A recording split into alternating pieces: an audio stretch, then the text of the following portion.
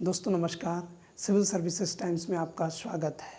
आज हम लोग बात करेंगे भारत और उसके पड़ोसी राष्ट्रों के बीच जो रेखाएं हैं, सीमा रेखा हैं, उनके नाम और कब निर्धारित किए गए हैं और किसके शासनकाल में। क्योंकि इससे जो क्वेश्चन बनते हैं वो कई एग्ज़ामों में पूछे जाते हैं, लगभग हर एग्ज़ाम में पूछे जाते हैं। तो यहाँ पे हमें जानना होगा कि कौन कौन सी रेखाएं हैं या भारत से सबसे पहले अलग होने वाला क्षेत्र कौन सा था।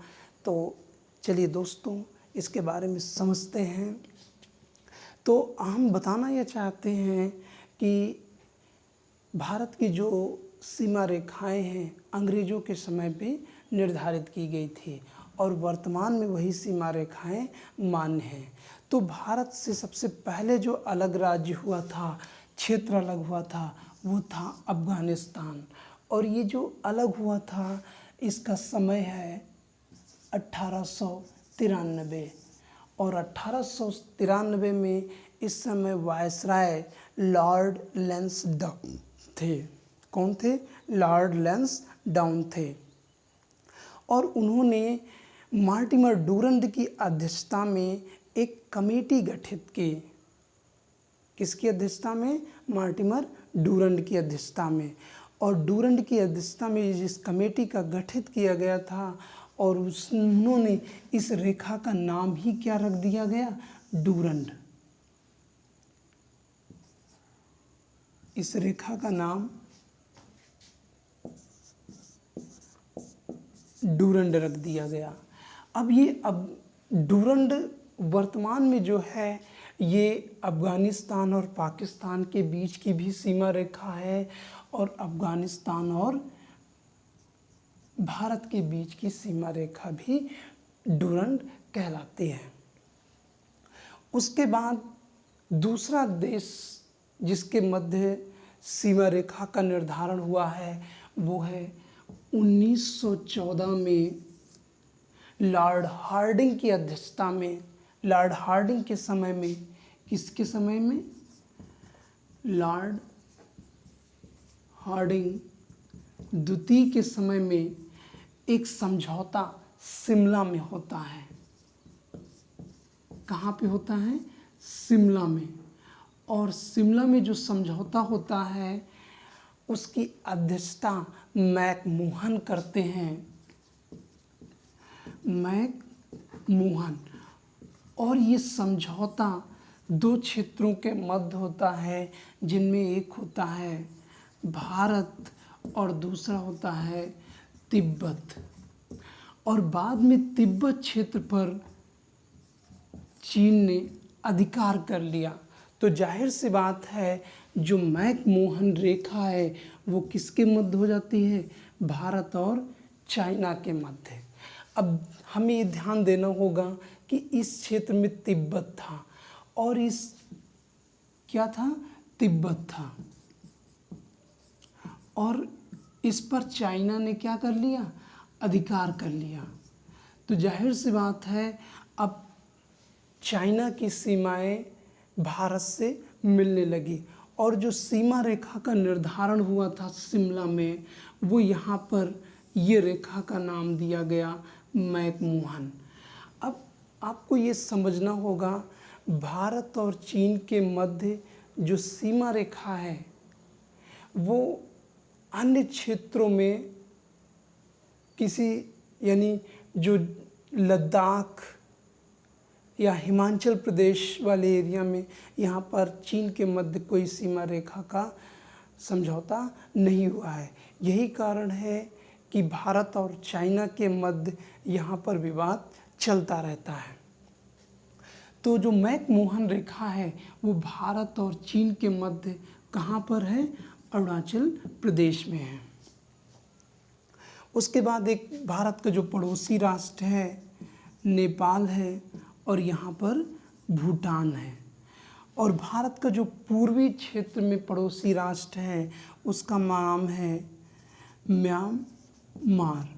और म्यांमार और भारत के बीच में एक पर्वतमाला है जिसका नाम है, ये ऐसे है उत्तर से दक्षिण की ओर, इस पर्वत का नाम है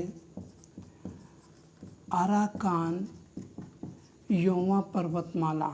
तो क्वेश्चन ये पूछा जाता है कि भारत और म्यांमार के बीच की सीमा रेखा का क्या नाम है। तो अराकान योमा पर्वतमाला ही सीमा रेखा निर्धारित करती है। उसके बाद हम देखते हैं कि जब 1947 में देश आज़ादी से पहले ही उस भारत के दो टुकड़े हो गए, जिनमें से एक था भारत और दूसरा था पाकिस्तान। और इन क्षेत्रों का जो विभाजन किया गया वो जनसंख्या बाहुल्यता के आधार पर किया गया। तो इस कारण जिन क्षेत्रों में मुस्लिम बाहुल्य थे उनको पाकिस्तान एरिया में दे दिया गया, ताकि लोगों को कम से कम विस्थापन का सहारा कम से कम विस्थापित हो सके। तो इस तरीके से पाकिस्तान के दो क्षेत्रों में बांट दिया गया। जो पूर्व में था ये क्षेत्र, ये पूर्वी पाकिस्तान कहलाया, पूर्वी पाक कहलाया, और ये पश्चिमी पाक कहलाया। क्या कहलाया? पश्चिमी पाकिस्तान कहलाया। तो यहाँ पर जो सीमा रेखा का निर्धारण हुआ था पाकिस्तान और भारत के बीच, तो यहाँ पर लॉर्ड माउंट बेटन की समय में रेड क्लिफ की अध्यक्षता में, किसके अध्यक्षता में? रेड क्लिफ की अध्यक्षता में। तो रेड क्लिफ ने भारत पाकिस्तान और भारत बांग्लादेश के बीच की सीमा रेखा जो निर्धारित हुई थी, दोनों के अध्यक्ष थे। और ये सीमा रेखा तो रेड क्लिफ कहलाई, लेकिन यहाँ पर जो ये सीमा रेखा बांग्लादेश बाद में बन गया पूर्वी पाकिस्तान, और ये क्षेत्र जीरो लाइन कहलाई।